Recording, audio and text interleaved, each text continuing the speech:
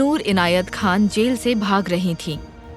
उनको मित्र देशों की जासूसी करने के लिए जेल हुई थी, लेकिन एक पेचकस और दूसरे 2 कैदियों की मदद से वो फिर से पेरिस के खुले आसमान के नीचे थीं।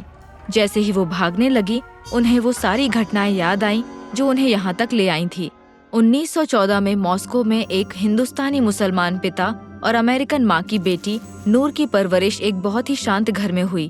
उनके माता पिता सूफी शांतिवादी थे जो संगीत और दया भाव की ताकत पर विश्वास करते थे, जो पेरिस जाकर बस गए, जहां नूर ने चाइल्ड साइकोलॉजी की पढ़ाई की और बच्चों की किताबें लिखीं। लेकिन दूसरा विश्व युद्ध शुरू होते ही ये सब बदल गया। मई 1940 में जब जर्मनी की फौज पेरिस पर कब्जा करने वाली थी, तब नूर और उनके भाई एक मुश्किल में पड़ गए। एक शांतिवादी होने के नाते उनका मानना था कि हर झगड़े को बिना हिंसा के निपटाना चाहिए, लेकिन पूरे यूरोप में बर्बादी देखकर उन्होंने फैसला किया कि चुपचाप खड़े रहकर तमाशा नहीं देखा जा सकता। नूर ने इंग्लैंड जाकर अपने मन से महिलाओं की ऑक्सिलरी एयरफोर्स में काम किया और एक रेडियो ऑपरेटर का काम सीखा। वो वायरलेस ऑपरेशन और मोर्स कोड में जुट गईं, लेकिन उन्हें पता नहीं था कि एक गुप्त संगठन उन पर नजर रख रहा है। ब्रिटिश स्पेशल ऑपरेशंस एग्जीक्यूटिव को जर्मनी की कमर तोड़ने के लिए नात्सी अधिकृत देशों में स्थापित किया गया था। एक प्रशिक्षित रेडियो ऑपरेटर और पेरिस को अच्छी तरह जानने वाली फ्रेंच बोलने वाली नूर एक शानदार भर्ती थी। अपने इंटरव्यू में उन्हें आगाह किया गया था कि वायरलेस ऑपरेशन खुफिया विभाग के सबसे खतरनाक कामों में से एक है। ऑपरेटर्स को दुश्मन के इलाके से एक बड़ा ट्रांसमीटर ले जाना था और अगर वो पकड़ी जाती तो खुफिया एजेंसी उसे बचा नहीं सकती थी। नूर तुरंत इस काम के लिए तैयार हो गई। अपने शांतिवादी सिद्धांतों को जितना हो सके आगे ले जाने के लिए नूर को जासूसी का काम सीखना पड़ा। उन्होंने खुफिया नेटवर्क से संपर्क बनाना, ताला तोड़ना, पूछताछ को झेलना और बंदूक चलाना सीखा। जून 1943 में वो पेरिस के दक्षिण में ओंजरे पहुंची और शहर में एक नकली पासपोर्ट, एक पिस्तौल और कुछ फ्रैंक्स लेकर घूमती रहीं। लेकिन उनका नेटवर्क खतरे में पड़ गया।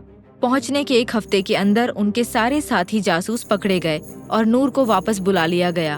उन्होंने अपने सुपरवाइजर्स को उन्हें वहीं रहने देने के लिए मनाया, यानी अब उन्हें 6 रेडियो ऑपरेटर्स का काम अकेले करना था। आने वाले महीनों में उन्होंने जरूरत की चीजें ट्रैक करके फ्रेंच रेजिस्टेंस को पहुंचाई, नाज़ी एक्टिविटी की रिपोर्ट्स लंदन भेजी और मददगार सैनिकों के लिए सुरक्षित रास्ता बनाया। ये काम फ्रेंच रेजिस्टेंस और अपने साथ के खुफिया नेटवर्क को बनाने और युद्ध खत्म करने के लिए जरूरी था।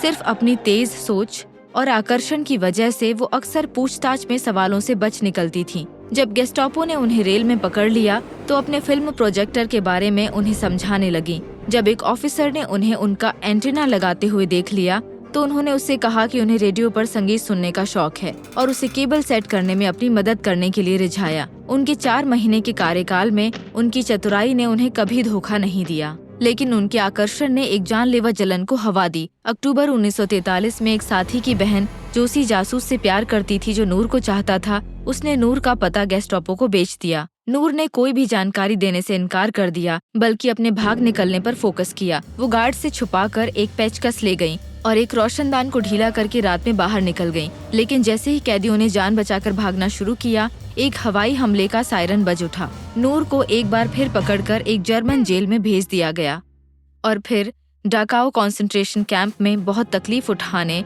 भूखी, प्यासी और अकेली नूर ने कुछ नहीं बताया। उन्हें मौत की सजा मिलने से पहले माना जाता है कि वो जोर से चिल्लाईं, लिबर्टे। नूर इस बलिदान की वजह से एक ऐसी नायिका के रूप में सम्मानित हुई जिसने दुश्मन के घर में घुसकर सेंध लगाई थी और बिना किसी की जान लिए आजादी के लिए रास्ता बनाया। अगर आपको इतिहास पसंद है तो हमारे चैनल को सब्सक्राइब करें। हर हफ्ते हम जूलियस सीज़र के षड्यंत्र से लेकर केलों के काले इतिहास तक कई विषयों पर एनिमेशंस बनाते हैं।